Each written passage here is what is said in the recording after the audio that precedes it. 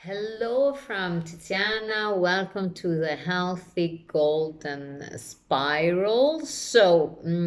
Today is a very particular day and time of our season, and we are under a new dark moon.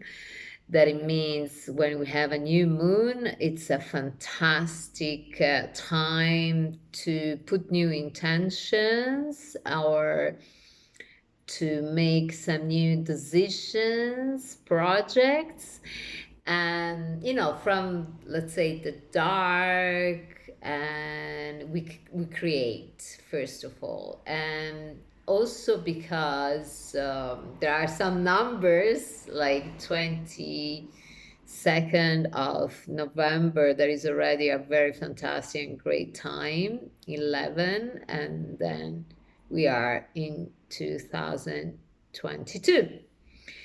So beside all these numbers, I would like to share the runes. That runes means whispers of the universe, of primordial forces. And I would like to share this casting of these primordial forces. I put it in tension, which were those forces that could really sustain us in this specific time for all, let's say, this season with the equinox that it's pretty soon is going to be the winter equinox. And it is always a very magic time in my personal experience.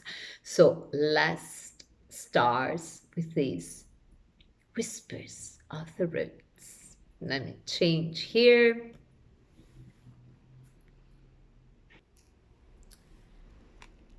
I need to reset and put it, let me see, like this. Here we go. So these are those signs, those runes. You can see it. And so let's start from the first energy that could sustain us in this time. The first runes that came out is Ehwaz, and it has to do with intuitions. Ehwaz is a word in the Nordic tribes for horse, but at the same time we have in Latin, as Italian, equus. And also I would like to clarify that the runes doesn't belong simply to the Norse people population, but the runes are worldwide from the population. So you can find those ancestor signs from Scandinavia to Africa to India to China to Native Americans to South America to Japan and worldwide. This must be very clear. And another thing, there are no rules in this path of the runes because it's not a church, it's not a belief. They are simple, let's say simple primordial forces of the universe. So there are no rules how you read it, but our ancestors were channeling these primordial forces and they, let's codify those forces. So let's start for the first rune, that it's about Ehwaz, the horse. It's about intuitions. So my question to you is, are you listening, or are we listening to our intuitions? Sometimes we know we don't listen at all and we make mistakes, or we fall in situations that we don't like. We say, oh my God, why I didn't listen to myself? Now I will not be here. So very important to be in your own empower and really follow your intuition. They are located, let's say, in the pituitary gland. Sometimes some people call the third eye, and we are receiving those messages from the universe, from the gods, the goddess, from the sacred, universal. And for this reason, Ehwaz, it was about the horse, because in prehistory, in history, the horses from most of the population were sacred animals. They had the innate, they still have, the horses, they have the innate ability to intuitions, and also they really follow also the relationship with his own riders. So it's about listen to our intuitions in connection to our spirit guides. We see, feel, sense, and if we are connected to our higher self, if we are integrating all the parts of ourself, we have a lower self, we are middle self, so our system is an integration of different aspects. So are we listening to all this part of ourselves? And to be connecting in the high version of us is so important, to really be connected to those intuitions and also to our ancestors, let's say spirits or guides or messengers, and allowed to hear those messages, what are telling us. And obviously it's like we are becoming a channel that are connected to those forms and shapes for our human evolution. So are we available for those messages? And this rune, Ehwaz, is a gateway to the knowledge of the divine ancestors, to really manifest a human evolution, and also in our lives, to be in daily basis. Are we listening, for example, oh, this things is not good for my life, I'm keep doing this, why don't listen and make a change? So be open in your body, in your soul, in your mind to hear. The second rune I received is about, it's Rahido. It's a like R shape. And if you observe this rune, it's already about a movement. It's about riding, and it's really connected with the first rune. It's about right. This is the right path, the right thing.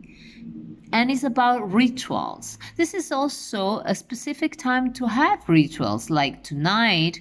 But whenever you feel, before in populations, our ancestors, they were doing many rituals with nature. So a lot also in your daily life, in your home, you're tired or you're in office, say, you know what, I would like to do this. Sometimes we do unconsciously. So allow yourself to do a rituals, to let it go, something, a situation or a behavior or anything. And maybe you want to stop and be in your house and light a candle, or write a poetry, or go in a specific energetic place in nature and have your rituals.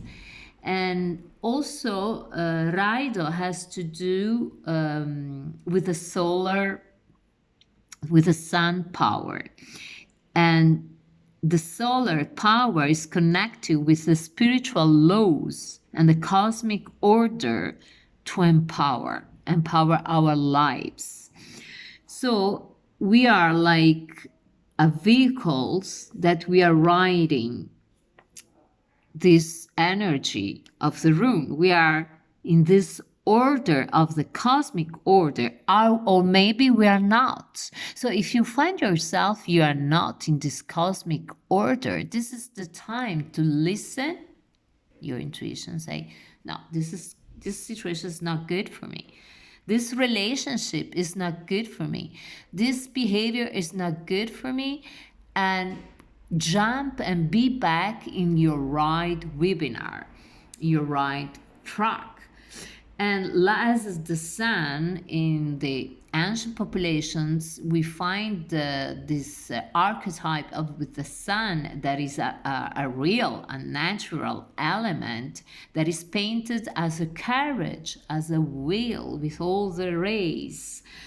And the spiritual laws of the universe transport us, give the possibility to navigate higher realms, so we can touch unexpected high dimensions.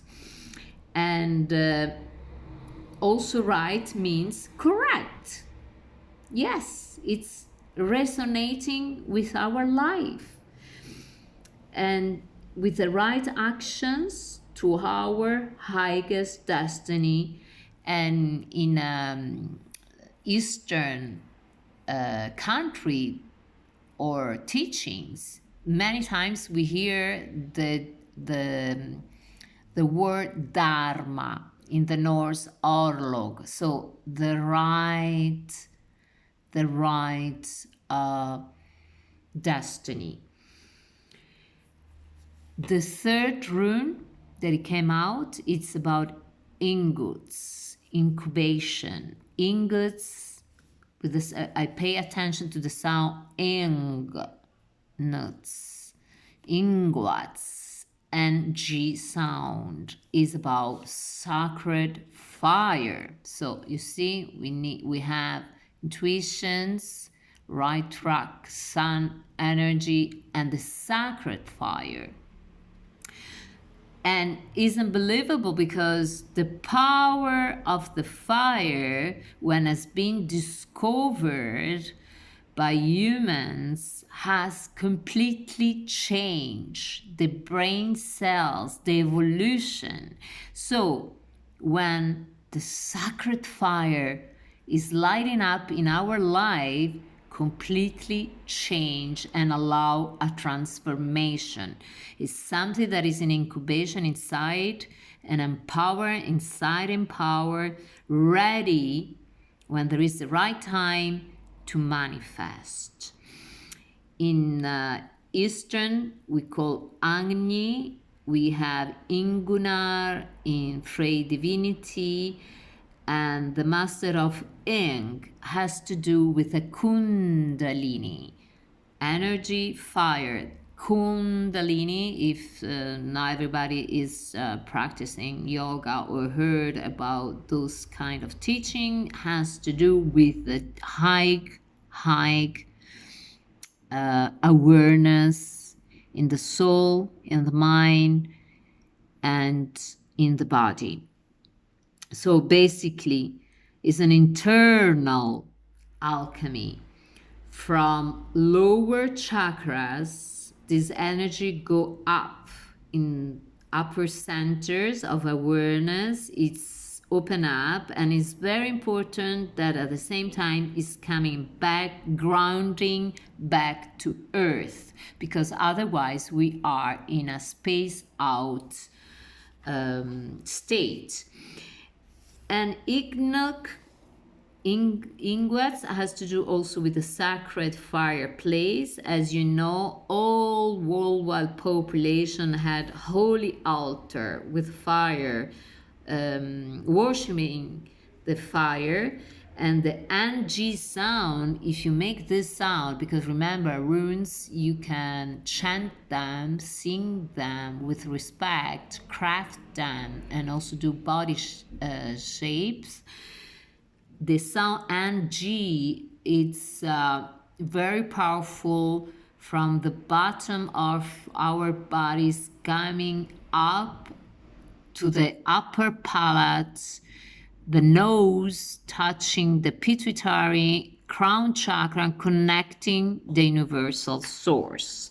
So it's an incubation. The flow has its own process as cooking in our life, and unseen transformation. Allow to really have a project, something that you desire, you want to do, and really work on that. Allow yourself to do those changes. The last rune, as absolutely beautiful and perfect in this rune reading, is Berkana. Berkana is new beginning, is about fertility. So this is the right time to incubation, to start new intention and projects, and has to do with the goddess of Berkta. And in many worldwide population, this Berkta was worshipped as Brigid, the Irish goddess, in the winter solstice, because it has to do with bright radiance. It's about birth, cleaning, fresh new directions. And it's connected with the birch tree that actually at those time they were using the brooms to make brooms to do magic cleaning and cleaning. So allow yourself, your life, your system, your being to really clarify, to have a new birth, to really bright. And even if you are not bright, even maybe you are in depression, maybe you're tired to be in depression, and shift this energy of depression. Be aware of your situation. Allow this energy, these runes, if you write it, if you chant, to bright again. So also it's important because the birch tree allowed other plants to be nurtured and to grow and to prosper. So this is the time to prosper for new project, for yourself, with self-love and empower. I think for the moment it's fine. This short presentations. Sorry, I have technical problems here. Here we go. And I hope you enjoy this explanation. And actually, if you're interested in this runes work, that for me is amazing, because we are free to simply work with the energy of the nature of the universe. Connect me, write me, and so we can meditate together and explore and experiments and crafts and see this magic transformation in our daily life. Thank you, Healthy Golden Spiral, Tiziana, and enjoy this beautiful journey with the runes. Thank you.